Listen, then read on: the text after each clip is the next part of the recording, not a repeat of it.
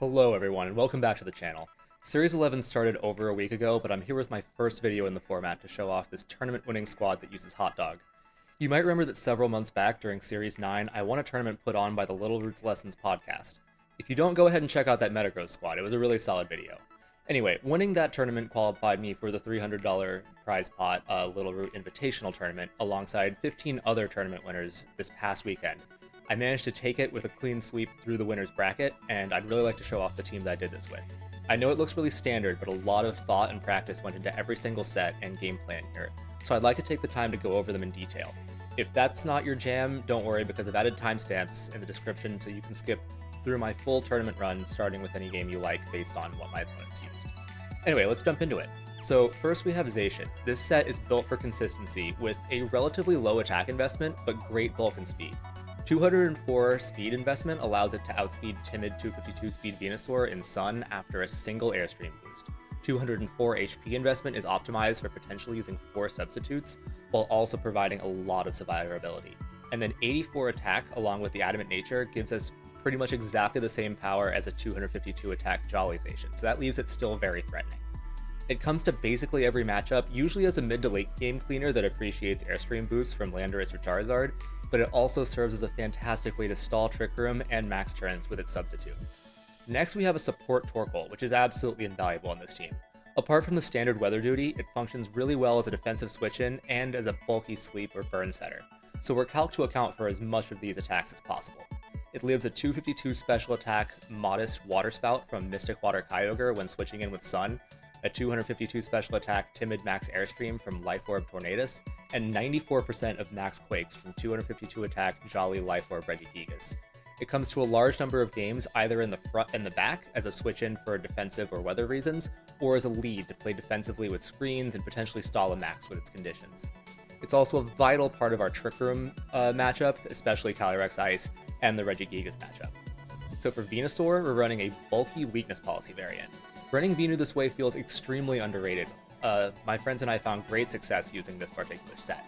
While the standard Venusaur Torkoal lead is always strong with Sleep Powder, Vine Lash Mind Games, I found myself vastly preferring to lead next to Grimmsnarl. Screens in addition to max and substantial bulk allows Venusaur to comfortably live a super effective max move, gain its +2 boost, and then snowball with speed control from either Prankster Thunderwave or a Torkoal switch-in. The speed is set to creep other Venusaurs that invest just enough to beat base 100s at +1 in Sun, and the bulk allows it to live a 252 attack Jolly Max Airstream from Thundurus Incarnate, or a 252 attack Adamant Max Airstream from Landorus Therian when behind Reflect. It's our most common max choice, extremely versatile, but useful in particular for matchups like Rain, Dual Weather, and Lapras Zacian.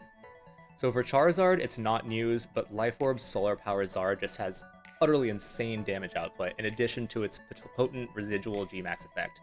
It can lead with Grimmsnarl for bulk and speed control, or Torkoal to provide the combined pressure of crazy damage and sleeps and burns. But it also functions as a late game sweeper after stalling an opponent's max or Trick Room. The spread is mostly basic, but we have a small amount of special defense investment. That gives it an extremely favorable role to live a Helping Hand Max Mindstorm from a 252 special attack Timid Calyrex Shadow on Psychic Terrain, as long as we set up Light Screen with Grimmsnarl. In addition to the Life Orb chip, which means it can get a D-Max Wildfire off after a Max Airstream to gain speed control. It's our other main max choice, and it's generally brought for our matchups with the Mirror, Regigigas, Colossal, Sun, that includes this kind of squad with Zacian or with Groudon, and Calyrex-I. Grimmsnarl is just Grimmsnarl. If it hasn't been obvious since halfway through Series 8, screens are extremely powerful in the Dynamax single restricted meta, and apart from Lapras, Grimmsnarl is the only serious choice here. Thunder Wave brings really solid speed control, and while I do miss the consistency of Scary Face in terms of both accuracy and immunities, the potential for full paras to just completely alter a game in such a high-powered meta is way too big to pass up. We invest just enough physical bulk to live a Behemoth Blade from 156 attack Adamant Zacian after Intimidate when Reflect is up. It has speed to beat base 100s after 2 max Airstreams, which 2 of our Mons can provide, and the rest is in special bulk. It can be brought to pretty much every matchup as a lead with a few rare exceptions, like Regigigas, where Weezing can neutralize it. Finally, we've got Landorus. So bulky Assault Vest Landorus is probably the least flashy member of this team, but its ability to eat hits while pivoting and providing crucial speed boosts and attack drops and speed drops with Rock Tomb make it a vital part of a lot of matchups. While we pretty much always prefer to use our max on Venusaur or Charizard, it can be a viable second option to provide 4x type coverage with max Quake and Rock Ball, and speed boost with max Airstream. Its speed is set to be 1 higher than our Venusaur's to avoid speed creeps from our own speed ties, but it also beats most Venusaurs out of Sun and Zacians after an Airstream boost to a Rock Tomb drop. Its bulk gives it a 75% chance to live a Behemoth Blade from +1 252 attack Jollyzation, although we obviously hope to hit that Intimidate anyway, and its attack hits a breakpoint that gives it a reasonable damage output considering its generally supportive role. It's generally brought to our matchups with the Mirror, Sun, and Colossal. Anyway, those are the spreads for the team. I know it's a mouthful, so let's jump into my tournament run. Round 1 saw me play a player named Shanto, who also brought a Zacian Sun team, but it was considerably different from my own. They did bring the standard Zacian, Torkoal, and Venusaur core, but instead they rounded it out with a Regigigas and Weezing pair in addition to a Galarian Moltres. I felt that I had to respect the potential Regigigas lead, so I led with Charizard and Torkoal even though I would normally like to set screens with Grimmsnarl. Unfortunately, Prankster being disabled by neutralizing gas means that the screens are unlikely to go up. This turned out to be the right call for Game 1 as my opponent did lead with Regigigas and Weezing. This meant that I was able to go for the very safe play of G-Max Wildfire into the Weezing and a Yawn into the Regigigas. Their Weezing went for Protect, which meant that even though I didn't KO it with the G-Max Wildfire, I did considerable chip damage into it, plus the residual would hurt it at the end of the turn. It also meant that Torkoal was able to safely get a Yawn into the Regigigas, which meant that it would go to sleep at the after the second max turn.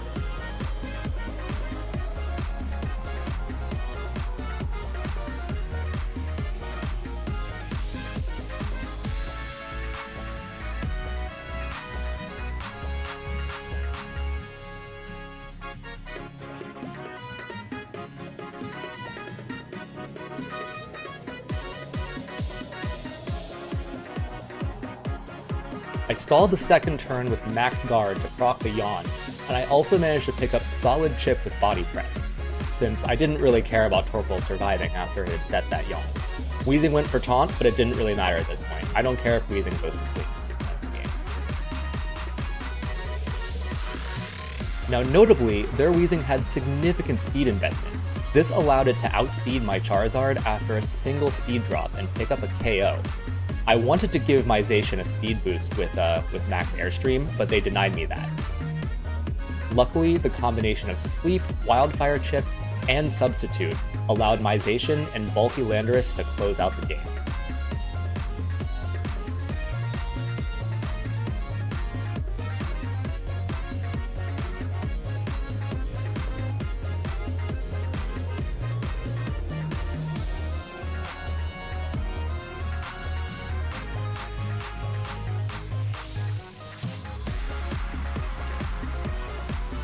In Game 2, I led the same way with Charizard and Torkoal, not wanting to change what had just worked very well for me.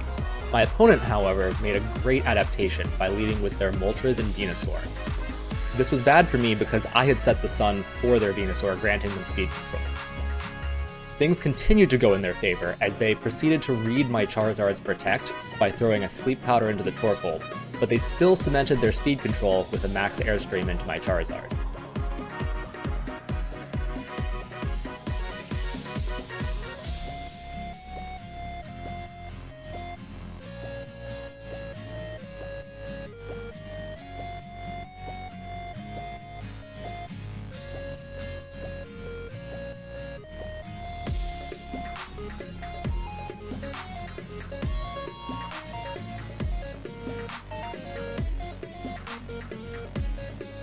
I managed to pull my way back into the game with a good switch into my Assault Vest Landorus and a lucky one-turn wake-up from Torkoal. This allowed me to force their Venusaur out with Yawn, and that gave me the freedom to eventually max my Charizard and set up Wildfire after my Landorus went down.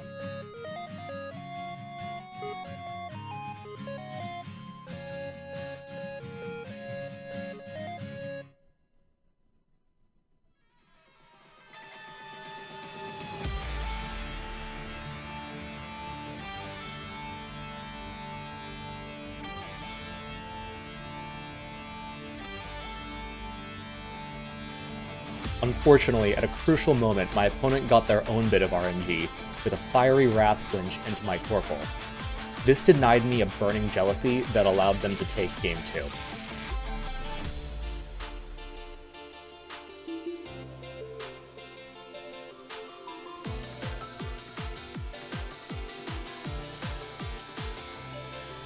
For Game 3, I very much wanted to adapt by leading with Venusaur Grimmsnarl because Moltres would very likely proc our weakness policy and not do much damage to the light screen, but ultimately I feared the switch back to Regigigas too much to pull the trigger.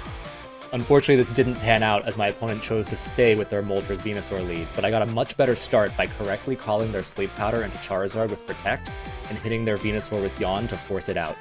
They used this time to set up a nasty plot, but non-Life Orb Moltres can't OHKO Max Charizard even at +2. So at this point, I chose to Airstream into the Venusaur slot while yawning Moltres. They Airstream Charizard while switching Venusaur into Torkoal. As it turns out, Torkoal absolutely cannot stand up to the special attack of Charizard, and it would go down immediately.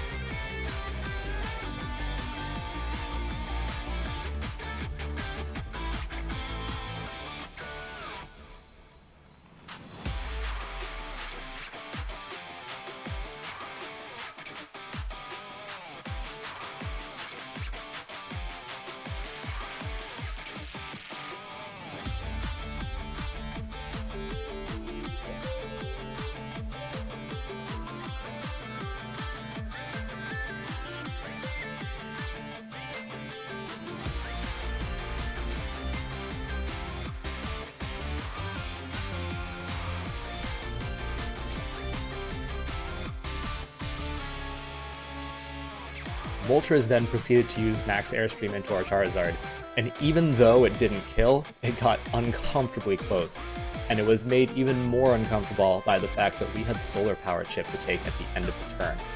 Luckily, that still meant that we were able to put a Yawn into that Moltres, and the Solar Power Chip brought us down to 1 HP. The subsequent 3-turn sleep from that Yawn on Moltres allowed Zacian and Landorus to run away with the endgame as their Venusaur lost its Sun to speed control.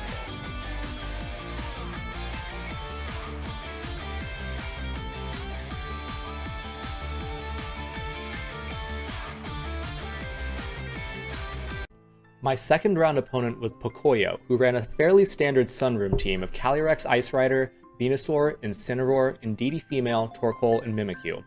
Incineroar plus Mimikyu would make it impossible for me to prevent Trick Room, so I chose to lead with Zacian Grimmsnarl to attempt to stall out their Trick Room with Substitute instead.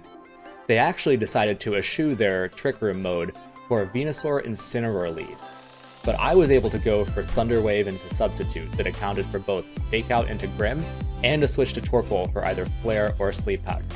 It turned out that they went for the Sun switch into the Max Flare play, and I was lucky enough to get an immediate full para onto their Venusaur.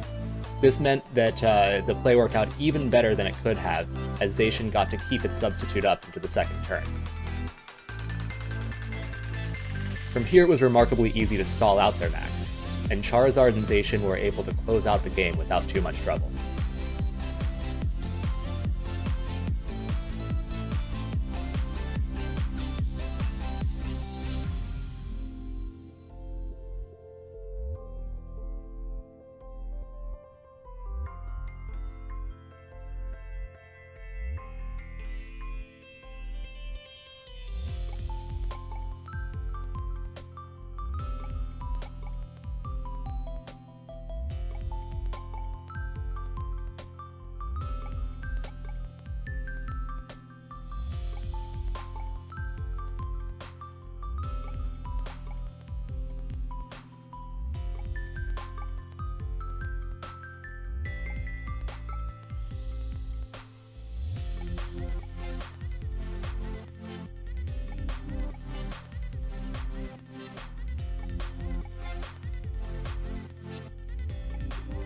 Game 2 saw my opponent go with the more traditional Incineroar Mimikyu lead, while I stuck with the same lineup. I predicted a Fake Out or a Flare Blitz into the Zacian slot while their Mimikyu sets Trick Room, so I swapped my Zacian for Torkoal while breaking Mimikyu's disguise with a Spirit Break. This ended up being the right call, as my Torkoal was able to switch in right as Trick Room went up, where it was by far the fastest thing or slowest thing on the field.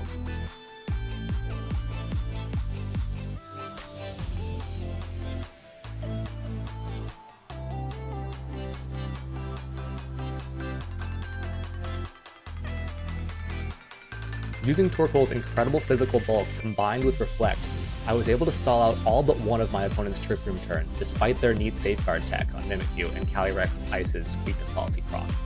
Then, on the final turn of their Trick Room, they went for a very cool double Trick Room play, attempting to reset it, reading a double Protect on my end, but I read that and chose to double attack, netting me a KO on Calyrex as they harmlessly undid their own Trick Room.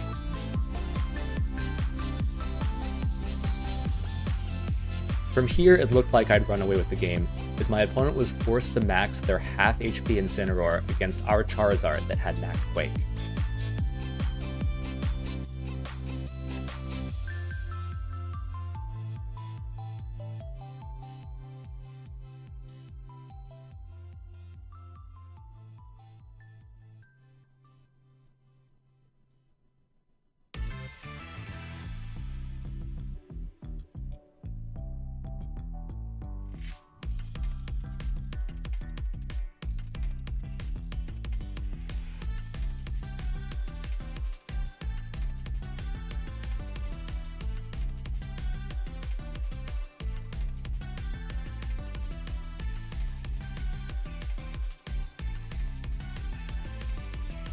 Unfortunately, tragedy struck, and my opponent scored a double crit with their Torkoal's Eruption, and I lost both Charizard and Torkoal in one fell swoop, despite the type advantage and the special defense boosts.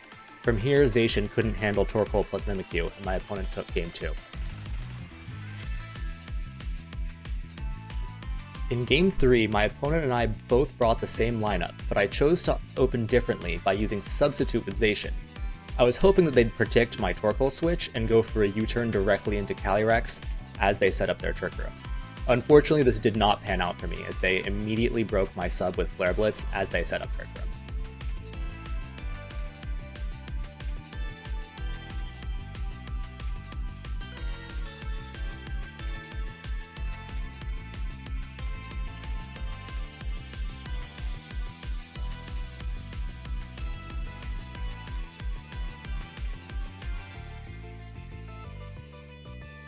Luckily for me, my opponent got greedy by trying to use their newfound Trick Room speed control to burn my Zacian with the Will-O-Wisp.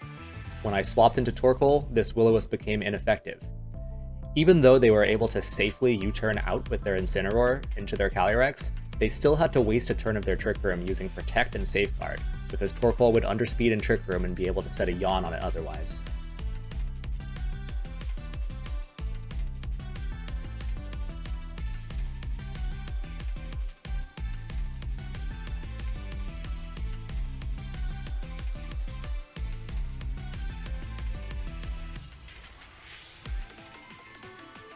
Unfortunately, things started to turn against me, as I failed to call them going for yet another double Trick Room play.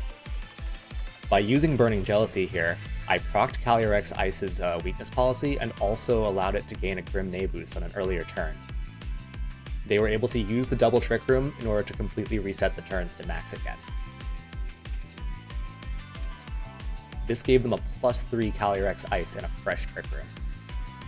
They were forced to max guard though to survive against my Torkoal's Burning Jealousy, while swapping in Incineroar for Fake Out in the following turn. This allowed Charizard to put max Wildfire into that slot, which would set up residual damage.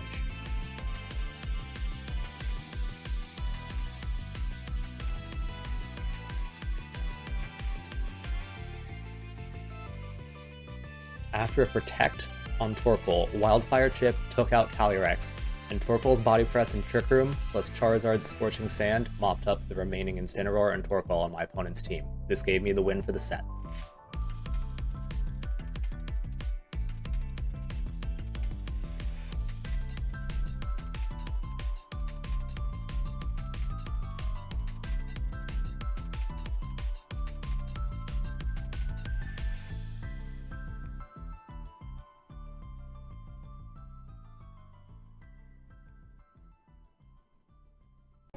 Round 3 saw me face off against Patillac, a fellow Georgia VGC player who I've had a few matches against in the past. They brought an interesting Zacian team, packing Rotom-H, Grimmsnarl, Gastrodon, Dragapult, and Landorus-T. Expecting a Rotom-H lead, I led with Grimmsnarl Torkoal to play passively and set up conditions like Sleep, Para, and Burn to allow my Charizard and Zacian in the back to sweep. After a dead turn from their Phantom Force, they swapped their Grimmsnarl for Landorus while I forced their Grimmsnarl to retreat with Yawn.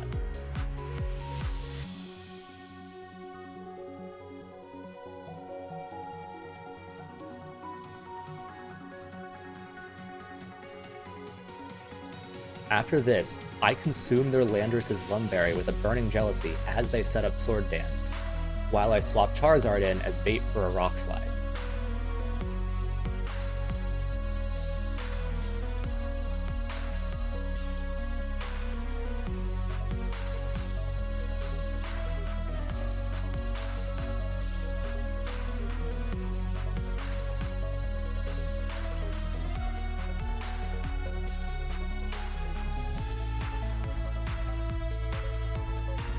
Because I swapped Charizard out for Grimmsnarl, my opponent went for Rock Slide, which Torkoal tanked very well even at +2, due to the lack of stab and Torkoal's incredible physical defense.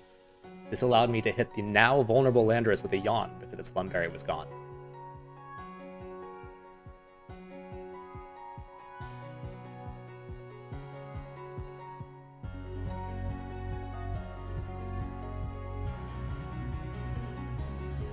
My opponent didn't want to waste their boost, so they kept Landorus in and allowed it to fall asleep.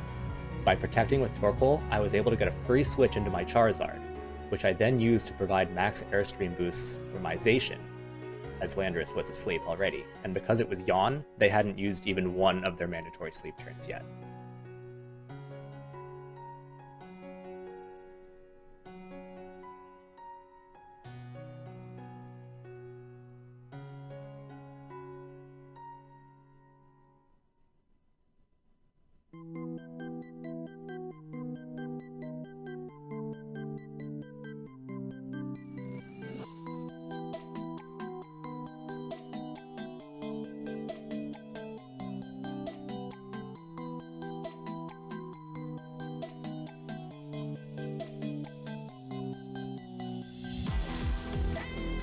From here, my opponent had to choose only one target to use Scary Face on, while the other one continued to stack up max Airstream boosts. My Charizard and Zacian duo was able to close out the game 1.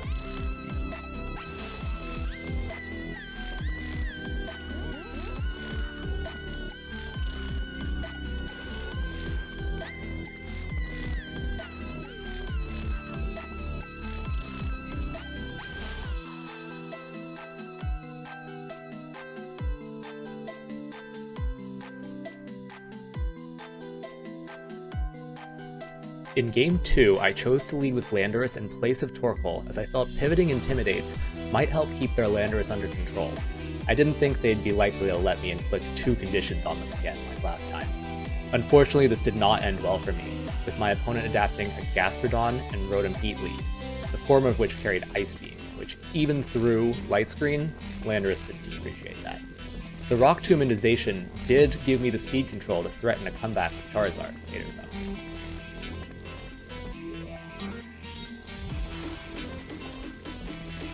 Unfortunately, their Gastrodon barely lived this max Airstream. This allowed them to put a Yawn into my Charizard that resulted in a 3-turn sleep. My opponent ultimately took the game after that.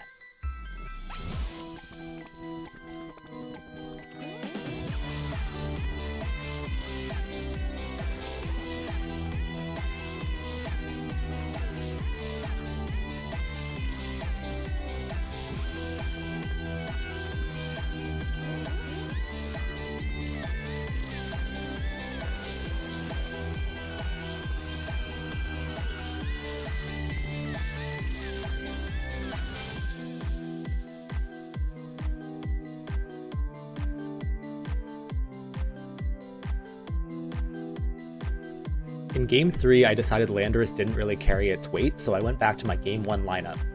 My opponent decided to lead hyper-offensively with Landorus and Dragapult, but I know that Patillac is a really good player that wouldn't immediately burn their max into such a physically defensive lead. I decided to take a risk and swap Charizard into the Torkoal slot while paralyzing their Dragapult. This paid off fantastically as their Dragapult suffered a full para on this turn, while their Landorus went for a Swords Dance. This meant that my Charizard was now in Sun with full speed control, and it used its insane power to pick up 3 consecutive Wildfire Okos, while their Dragapult slowly died to the Wildfire residual damage.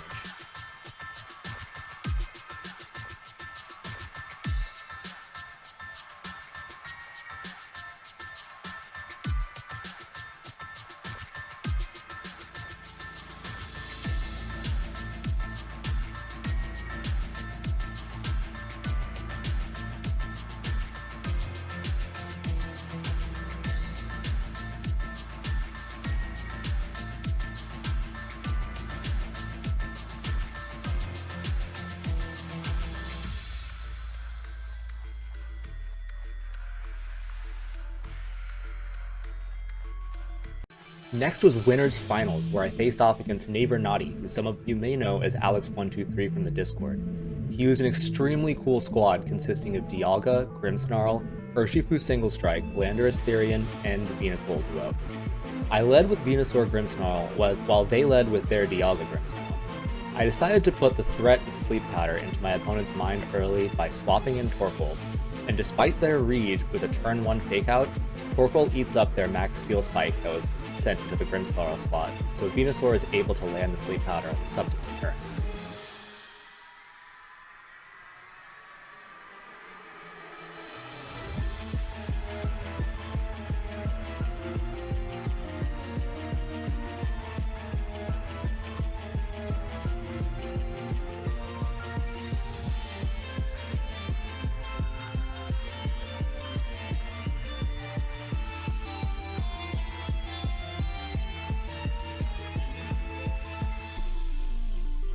It should be noted that because the Scary Face they used to attempt to prevent our Sleep Powder didn't work, this means that Venusaur actually outspeeds Dialga at neutral.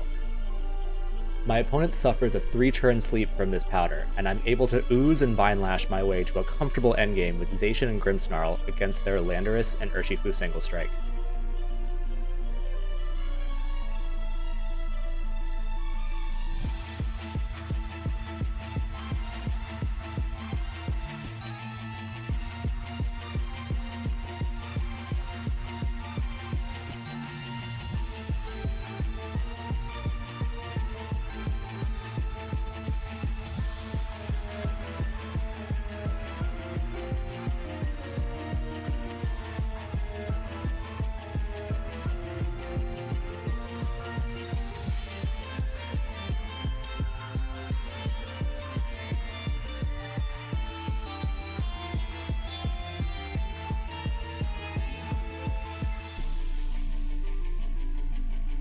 In Game 2, neighbornati and I decide to bring the same leads. I make a very middle-of-the-road opening play with a max guard and a switch into Torkoal. This accounts for both a Hailstorm into Venusaur and a Steel Spike into the Grimmsnarl slot. My opponent plays scared of Sleep Powder with a Fake Out into Hailstorm into the Venusaur slot, so this turn pretty much evens out with both of us losing a turn of max and no ground game.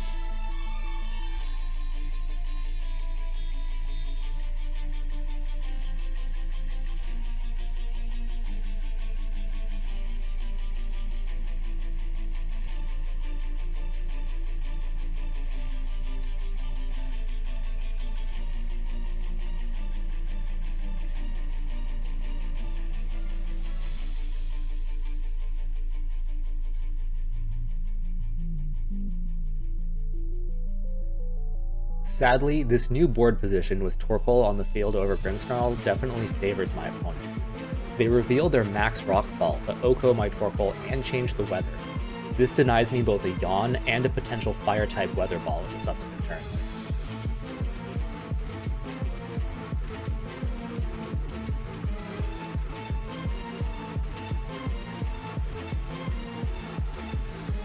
On the final turn of max, they make a great switch into Landorus to eat up my max ooze, and a Steel Spike into my Grimmsnarl puts me in a 4-2 position, or 2-4 rather, when my max is over.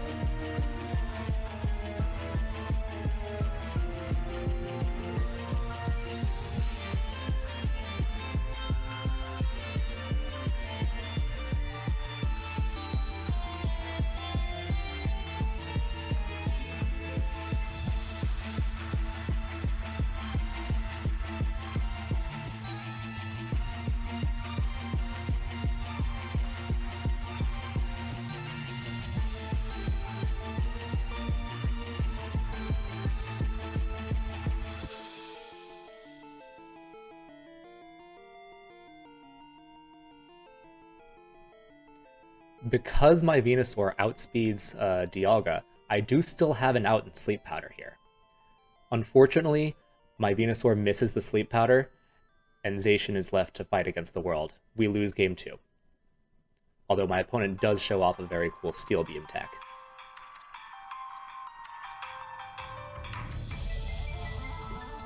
In the final game of the set, we both once again bring the same lineup. My opponent incorrectly predicts a Torkoal switch into Sleep Powder by using Fake Out into Venusaur and Rock Fall into the Grimmsnarl slot. This allows me to very safely set Vine Lash and Light Screen, meaning Grimmsnarl still takes this Rock Fall very well.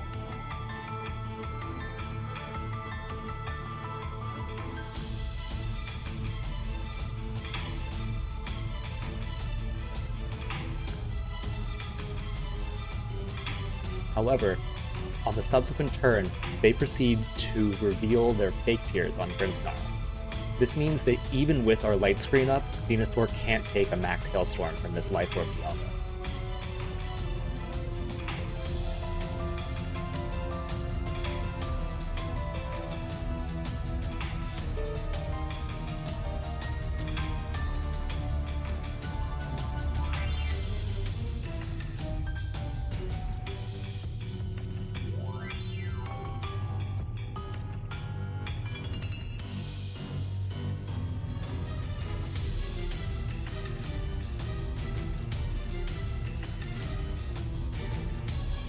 I bring in Torkoal to stall out the final turn of their max with Protect, but we're blessed with a full para on their Dialga, meaning we don't take any chip damage from it.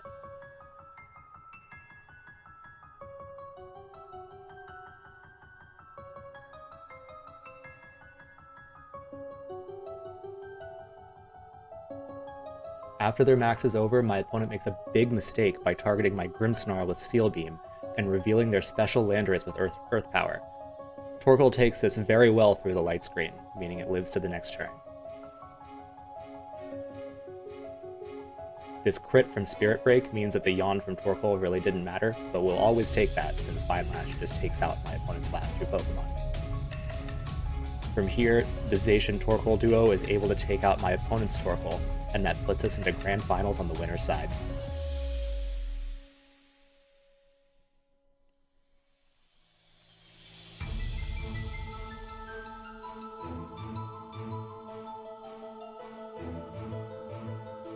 neighbornati fought their way out of losers finals to meet me again in Grands, and they quickly outplayed me starting at turn 1.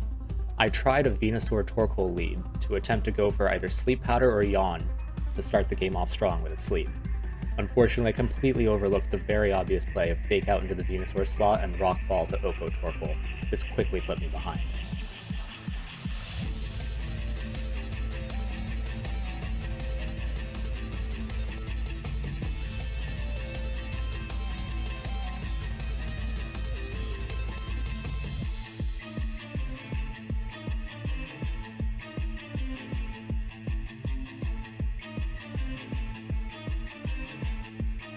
I then made another bad play, trying to bait a Max Quake into my Zacian slot as I swapped it into Charizard to get a Max Ooze boost from Venusaur.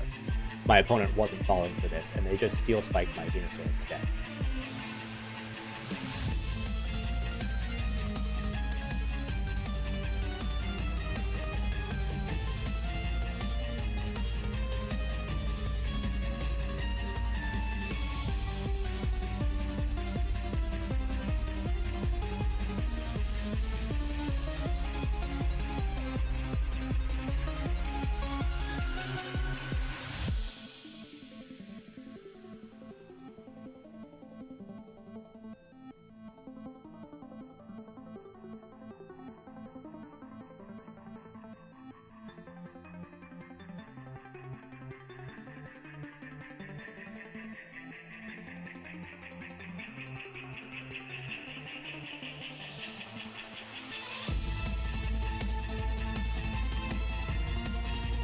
On their last turn of Max, I made a middle-of-the-road play that paid off to some degree with a Max Guard on Venusaur plus a switch to Zacian that successfully baited out a Rock Fall.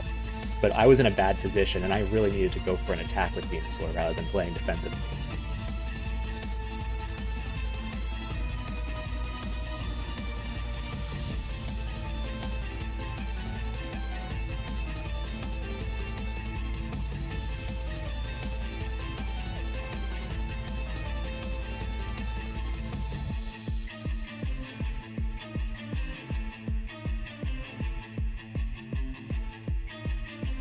However, on the next turn, the RNG gods blessed me and gave me a crit with a Sacred Sword, a clutch Earth Power survival on Zacian despite not having screens, and to top things off, a crit Vine Lash to take out Landorus all in one fell swoop. My opponent absolutely deserved this game, but as they say, we take those.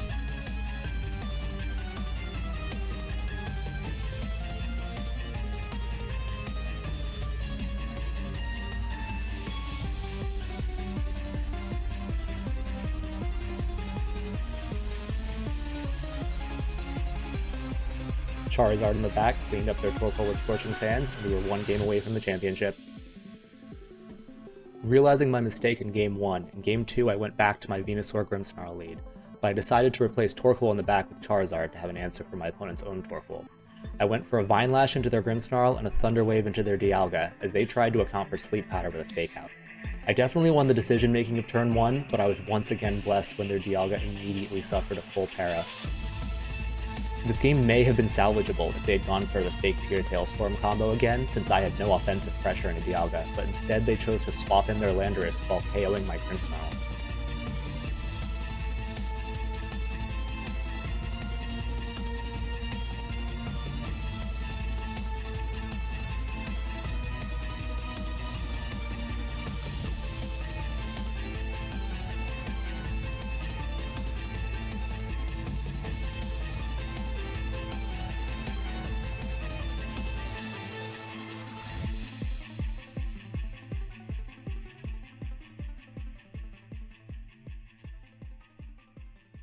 They tried to correct this by swapping Grimm back in the following turn, but I just attacked that slot and they gave up their only form of speed control, while also wasting their last max move into Zacian Substitute.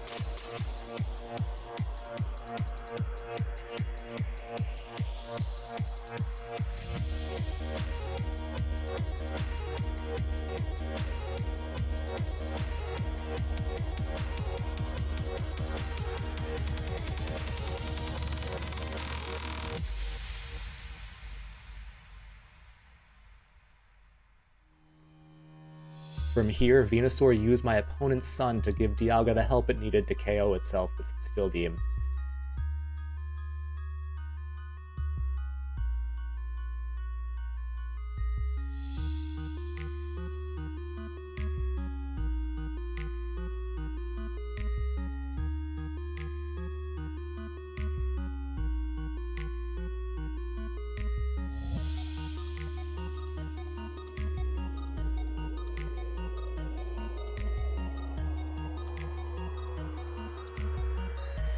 In the final 2 turns, Zacian took out their Landorus with a Behemoth Blade despite being at neutral from the Intimidate, and Charizard finished off Torkoal with a Scorching Sands to close out the tournament.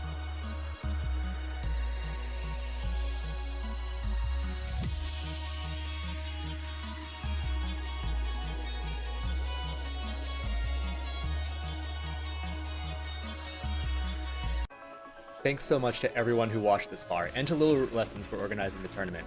I've put the link to their Discord in the description for this video, along with the standard pace and rental code, which you can of course always find at the beginning of the video. I'll be going back to making more fun teams for content in the near future. I think Blastoise and maybe Dragonite again will be on the horizon, so keep an eye out for that. Until next time.